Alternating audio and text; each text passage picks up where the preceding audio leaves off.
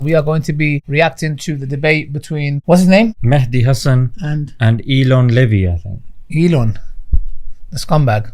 Interesting. Have you guys watched the debate? Yes. Okay, interesting. I've got some bits that I've screen recorded. Who do you think won? Mehdi Hasan. All day, every day, innit? Last October, shortly after October 7th, Israeli forces struck a 3-story residential building in Gaza City. They killed 15 members of the Al-Dos family, 7 children. According to Amnesty International, the survivors say no warnings were given to evacuate. Amnesty found no evidence of any military targets in the area, and Israel to this day has offered no explanation for that strike. So for the dead Al-Dos family members, Eylon, can you tell us why they were killed? Mr. Hasan, the IDF does not owe you immediate answers, and the fact that Amnesty speaks...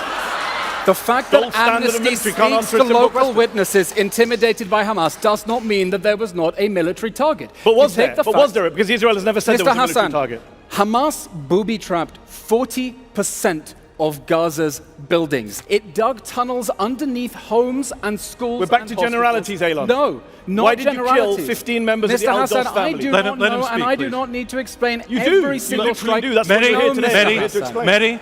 No, Mr. Hasan. 15 people were killed, 7 children. You were spokesperson for the Israeli government at the time. Israel has never given an explanation. When you say I do not need to explain myself, you literally do. You were the spokesperson for the government that committed a war crime, and you came to a debate tonight to defend war crimes.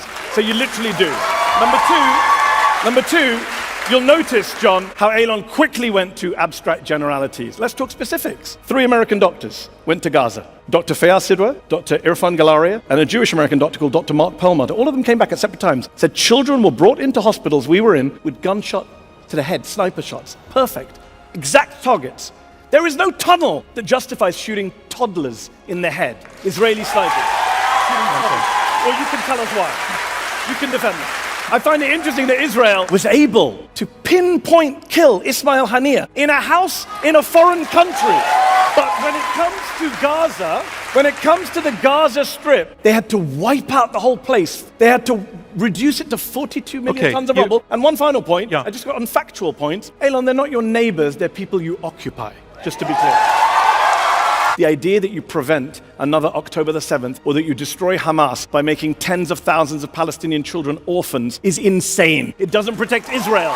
Forget Gaza. It doesn't protect Israel. New York Times published a very long piece which said a month before October the 7th, the head of the Mossad, David Barnier, went to Doha, Qatar, and the Qataris said, do you want us to keep sending money to Gaza? And he went back to Netanyahu. He said, what should I say? And Netanyahu said, yes, please. And he went back, he said, yes, please send the money to Gaza. Eylon went to work for the government of Benjamin Netanyahu a month after that was. He's never apologized for that to the Israeli people. Benjamin Netanyahu's never apologized to that to the Israeli people. So if anyone should answer questions about Qatari funding of Hamas, allegedly, reportedly, whatever you want to call it, it's the Israeli government that facilitated it for many, many years. Eylon was in that government.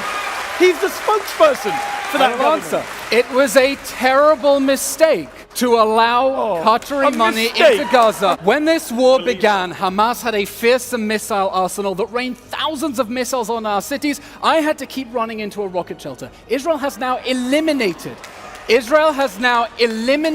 the threat of rocket fire from Gaza. It has cut off its smuggling routes.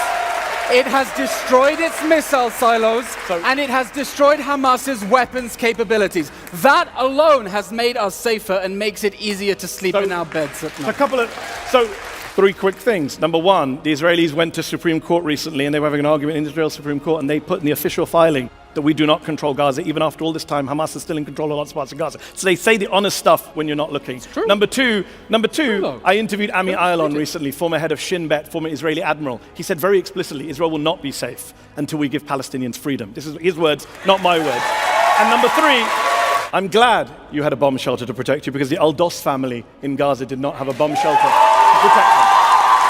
Israel is fighting to put the military pressure on Hamas to release the hostages, but Hamas doesn't want to release the hostages. And the reason it doesn't want to release the hostages is that it knows that the longer this war goes on, and the more suffering it generates among its own people in Gaza, the more it advances its own goal of isolating Israel. And Mr. Hasan, it pains me that you do not seem to realize the role that you play within Hamas's strategy when you deflect blame onto Israel. Never demand any accountability. Never demand any accountability from the Hamas regime. When you know that Hamas's goal is to maximize suffering, you give it a reason to drag on this war. If you want it to let the hostages go, you should tell of all the Qatar nonsense to you've said pressure tonight, Hamas to free the hostages. of all the demonstrably untrue things you've said tonight, this is the big one. So apparently, if you want a deal to end the war, you're enabling Hamas's strategy. No. That's what you just said. No, I'm I did enabling not. Hamas's strategy. So, But you have systematically undermined every leverage Israel has to free the hostages. You know who's Mehdi, undermining? stop pretending Can I you answer care the about question? the hostages. Of the two of us, hold on. Of the two of us, whose strategy has released more hostages, mine or yours? Because I supported a ceasefire, and we got. Hold on. Our strategy. We got it. He's trying to occupy the debate. Can I Your finish? Can I strategy finish is to my give answer without- cover let for him- Hamas's war Can I crimes. finish? Let him Answer. finish, please. Over 100 hostages were released last November in the pause, in the ceasefire deal. A lot of Israelis wanted that to continue. Hostages' families wanted that to continue. Yes. Can I finish my answer? Netanyahu said no. In fact, I interviewed Zahiro Moore, whose uncle Avraham Munda was horribly killed in Gaza. Zahiro Moore, by the way, was arrested today. He's been arrested and attacked by the Israeli government that Eylon served in multiple times. He said to me, Netanyahu and the government that Eylon was part of, always choose the wrong way. Ever since October the 8th, everything they do is directed at not getting the hostages back. That is the plain truth. That is the nephew of a hostage. They don't want you to hear about the hostages. Eylon and people like Eylon use the hostages as political pawns. The hostages' families are standing on the streets of Tel Aviv opposing the Netanyahu government, calling for a ceasefire, calling for a deal. They don't like Eylon Levy. They don't support Eylon. Mr. Hasan, how many hostage rallies have you spoken at? How many hostages' mothers have you embraced and hugged them how many and have you told them, beaten? I will here for How many have you you whatever beaten? you need? I was at Central Park. I was at Let me Central respond. Park last Sunday at the rally for the Look. hostages. You were not. Mr. Hasan, me if ask you you really this. care about the Let hostages, me ask you, we got I a have little a stunt going spare on here. hostage pin We have a here. little stunt If you here. want to show them you Got care, it. you're welcome to put Got it it. on your All right. laptop. All right, this is fantastic. Let's go. So, Put it on. Show them you care. Show them you care. I am in daily let's contact go. with the Can I hostage speak? families. I tell them I will do whatever it takes to help you get your kids home. Show them you care and stop trying to exploit the Okay, okay. suffering. Eylon, allow him to respond. You've got your bit of So- stagecraft. So Please take it. Let's be clear. Let's be clear. You saw the very performative outrage there from Eylon there. To be clear, don't you lecture me about hostages when your government has killed more hostages than it has rescued. That's on you. That's on Mr. you. Hasan, And that is on Hamas. After this, That is on Hamas. let me answer this. Is I thinking- will. All right, all right, I will- all right. I need to finish this point. I'm going to let you finish this point, and then we're moving on. I will happily support this pin because I support the release of all the hostages and no, let me finish. And I support the release of thousands of Palestinian detainees being raped and tortured and children. Do you support that? Let's wear it together. Do you support the release? Do you support the release of Palestinians? I do not Do you support support the the release release of terrorists. of Palestinian children? Do you support the release of Palestinian children being Mr. Hasan, tortured? anyone Let's who is... get some space He here. can't answer the question. Mr. Hasan, he won't I get on the answered it. hostage pin. I support the release of all innocent people. Mehdi? He doesn't. He should have told him, when he's grabbing onto him, he's like, don't touch me. Yeah. Why is he grabbing onto him? Right when he drops the bombshell, right at the end, that are you going to support the release of the thousands of detainees? He goes, yeah. He didn't even condemn the... Don't get too close. Yeah, he didn't even condemn the rape. Before I came on stage, Gershon Baskin, who's Israel's most famous hostage negotiator, he WhatsApped me and said he's got a deal, 3-week deal on the table with Hamas that Hamas has agreed to release all the hostages and end the war. He says it's with Netanyahu. The ball's in Netanyahu's court. So when he keeps going on about hostages, tell him to speak to his former boss to agree to a hostage. Gershon Baskin is as the for the United negotiator States, as for the in United whose States, deal to free Do stop Gilad interrupting, Shalit, Eylon. we You've released had your performance. Yehia Sinwar. As for the United States, it is tragic to me as a citizen of the United Kingdom and the United States that my two countries have armed Israel as it carries out what the ICJ has called a plausible genocide, No, as it it arms has a prime not. minister Mr. who is wanted Hasan. for war crimes. Mr. Hasan. The ICC chief prosecutor has called for the arrest of Yoav Gallant and Benjamin Netanyahu. The American government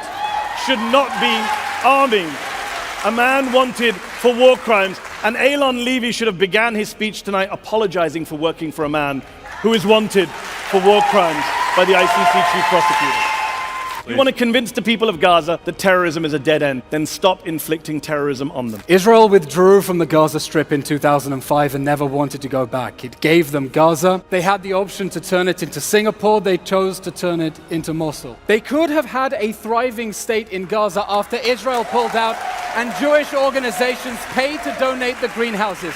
Instead, they chose to rig Gaza for war. Simple answer is, of course, Israel did not pull out of Gaza. As the ICJ has pointed out just recently, Gaza is occupied territory. Let me put it very simply to you. What Eylon doesn't tell you is when they pulled out, they kept control of Gaza's land borders, Not with Egypt. Not with Egypt. With of course Egypt, we controlled the Israel and borders. Egypt We're on the other kept side the of land it. borders. Have you noticed I Let- never let finish him an answer speak, without an please. interruption? The land borders, the sea waters, the air, and wait for it. And the population registry. If you're born in Gaza, you have to be registered with the Israelis. If you were born in New York and your birth had to be registered with a foreign country, would you say you were occupied or not occupied? Would you say you're a free people or an unfree people? It's an absolute lie. The occupation never ended. The ICJ literally, the other day, said Gaza is occupied. But Eylon and I went to the same university. We did the same degree. He didn't do law. He's not a lawyer. The ICJ says Gaza is occupied. It's over. The debate's over. You've lost that one. Cindy McCain is the head of the World Food Programme. She is the widow of the most pro-Israeli senator of my lifetime, John McCain. She has accused Israel of blocking aid trucks, killing aid workers, starving children. Cindy McCain is not UNRWA or Hamas. Was Israel justified in carrying out one of the most intense civilian punishment campaigns in history, according to Dr. Robert Pape at the University of Chicago, dropping 500-pound bombs, 1,000-pound bombs, 2,000-pound bombs on schools, hospitals, universities, bookstores, libraries, mosques, churches, refugee camps, apartment buildings, cemeteries, destroying a higher percentage of buildings in northern Gaza than the Allies destroyed in Dresden during World War II, reducing Gaza to 42 million tons of rubble while they got people out of the way? How is that justified? Dropping a bomb, for example, on a 6-story apartment building in central Gaza last October, killing more than 100 people inside, including more than 50 children, with no Hamas target in sight, according to Human Rights Watch, with no explanation offered by the Israeli military. Even till today, was that justified, Eylon? Was Israel justified in telling people to go to safe zones and then bombing them and killing them in those safe zones? According to NBC, there were 7 deadly airstrikes between January and April in areas that the Israeli military had specifically designated as safe zones, killing Palestinian civilians like Sabrine Sakani, who was 30 weeks pregnant at the time. She was killed in a safe zone in April. Her little baby, newborn baby, died less than a week later. Was that justified too, Eylon? Was Israel justified in killing a record number of kids in Gaza, 16,000 children, turning Gaza into what the UN has called a graveyard for children, according to Save the Children, killing more kids in the first 3 weeks that were killed globally in each of the past 4 years, killing little kids like 6-year-old Hind Rajab and her 15-year-old sister Leanne, firing 335 bullets into the car they were in. 335 bullets. And then killing the 2 paramedics who went to try and rescue them. Was that justified too, Eylon? Was Israel justified in killing a record number of aid workers in Gaza? Right? A record number. Targeting again and again. Systematically. Car by car, according to Chef Jose Andreas. A specifically, explicitly marked World Central Kitchen aid convoy killing 7 aid workers in the process. Was that justified? Was Israel justified in starving the people of Gaza, using food and water as a weapon of war, to quote both the EU and Oxfam? Was Israel justified in blocking aid trucks from going into Gaza simply because they carry things like crutches, nail clippers, and even chocolate croissants, according to the Washington Post? Was Israel justified in raping, sodomizing Palestinian detainees who were charged with no crimes whatsoever, putting hot rods up their rectums, amputating their limbs, according to CNN and the New York Times? Was that rape and torture justified, Eylon? Israel, according to the ICC chief prosecutor, who put out a statement calling for the arrest of Eylon's former boss, Benjamin Netanyahu, said that Israel may have military goals, legitimate goals, but the way they're carried out, killing innocent people, starving people, is criminal, he said. Criminal, think about that. Eylon Levy is a former spokesperson for a man who the ICC chief prosecutor once arrested for war crimes. Eylon himself has produced a number of lies in service of those war crimes. He has a bunch of tweets still up tonight which say that babies were beheaded on October the 7th, babies were baked in ovens, babies were ripped from their mother's wombs. October 7th was bad enough, but Eylon had to exaggerate it for atrocity purposes. Those tweets are still up. Why would you trust anything this man says to you tonight? Look, he's here to gaslight you.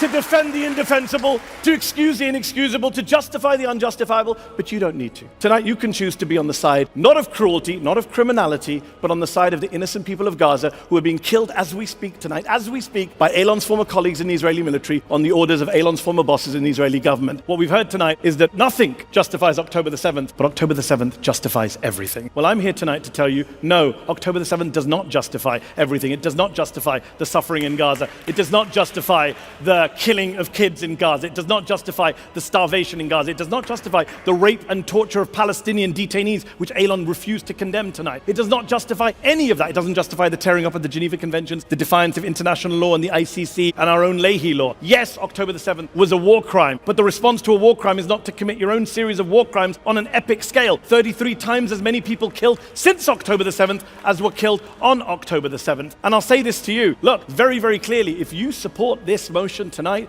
you are opening the gates of hell. Not just in Gaza, but globally, because every dictator and tyrant around the world will say, Israel's actions were justified? Then so are mine. Putin, Assad, Kim, they'll all say, Israel killed kids. Israel killed aid workers. Israel killed journalists. So can we. And I will be very clear. I will be very clear with you tonight. If you are here tonight, ladies and gents, if you're here tonight to defend what Israel's done, knowing full well what Israel has done, if you're defending the human suffering in Gaza, the amputation of little kids, if you're doing that in full knowledge, then you're not just here to defend the indefensible or justify the unjustifiable. I'm sorry, you're a sociopath. And I will say to you,